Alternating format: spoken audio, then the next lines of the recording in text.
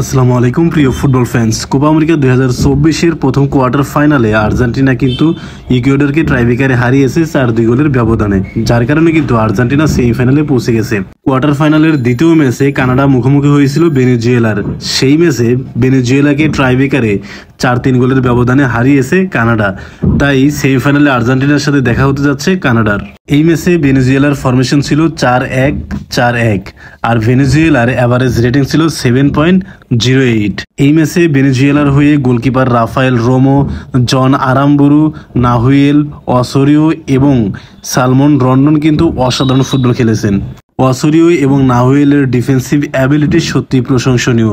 এদিকে right back আরাম্বুরু এবং centre forward Rondon অসাধারণ খেলেছেন। ভেনেজুয়েলার গোলকিপার এই ম্যাচে 4টি সেভ করেছেন আর এই 4টি সেভই কিন্তু ডিবক্স থেকে করেছেন। তার মানে বোঝাই যাচ্ছে তিনি কি লেভেলের পারফর্ম করেছেন। এই ম্যাচে কানাডার ফরমেশন ছিল 4-2-3-1। গোলকিপার হিসাবে ম্যাক্সিমো ক্রিপিউ অসাধারণ পারফর্ম করেছেন। অ্যাটাকিং মিডফিল্ডার হিসেবে জনাতন ডেভিড এবং লেফট উইংয়ে জ্যাকব সাফেলবার্গ অসাধারণ খেলেছেন। ম্যাক্সিমো ক্রিপিউ ডিবক্স থেকে 2টা কিন্তু সেভ করেছেন এবং টাইব্রেকারে 2টা প্লান্টি সেভ করেছেন। তার মানে তিনি কিন্তু অন্য লেভেলের ছিলেন আজকে। এদিকে জনাতন ডেভিড 3টা কি পাসের সাথে 2টা বিগ চান্স কিন্তু ক্রিয়েট করেছেন।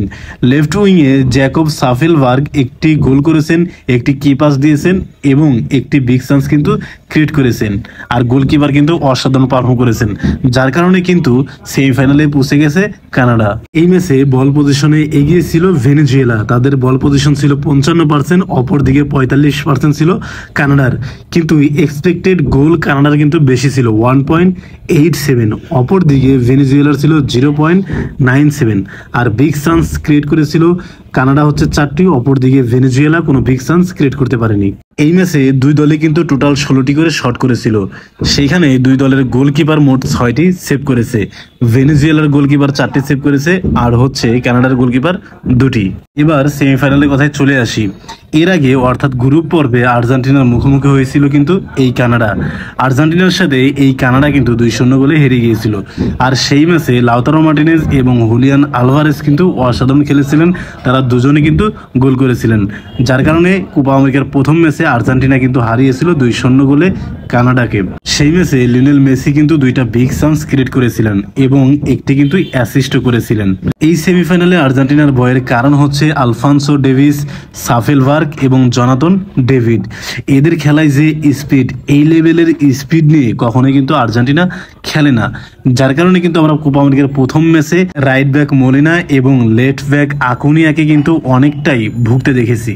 কোপা আমেরিকার প্রথম ম্যাচের দিকে যদি তাকাই তাহলে দেখা যায় অনেকটা সময় কিন্তু সেই ম্যাচে কানাডা আর্জেন্টিনার সাথে 2টা স্টেপে ডিফেন্স করেছে। একটা হচ্ছে হাই লাইন ডিফেন্স, আরেকটি হচ্ছে একদম লো লাইন ডিফেন্স, যেটাকে বলা হয় বাস পার্কিং।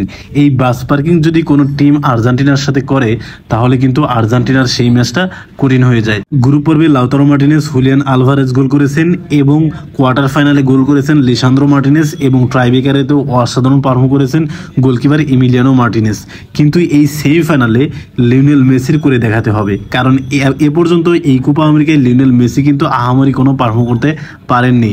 যেহেতু লিওনেল মেসির সামনে সুযোগ রয়েছে, তাই আমরা আশা করব সেমিফাইনালে কানাডার বিপক্ষে লিওনেল মেসি যেন তার স্বরূপে থাকে এবং আর্জেন্টিনাকে কোপা আমেরিকার ফাইনালে নিয়ে যায়। প্রথম সেমিফাইনালে অর্থাৎ আর্জেন্টিনা এবং কানাডার মধ্যে কোন টিম জয়ী হতে পারে, আপনার কি মনে হচ্ছে সেটা অবশ্যই কমেন্ট বক্সে জানাবেন।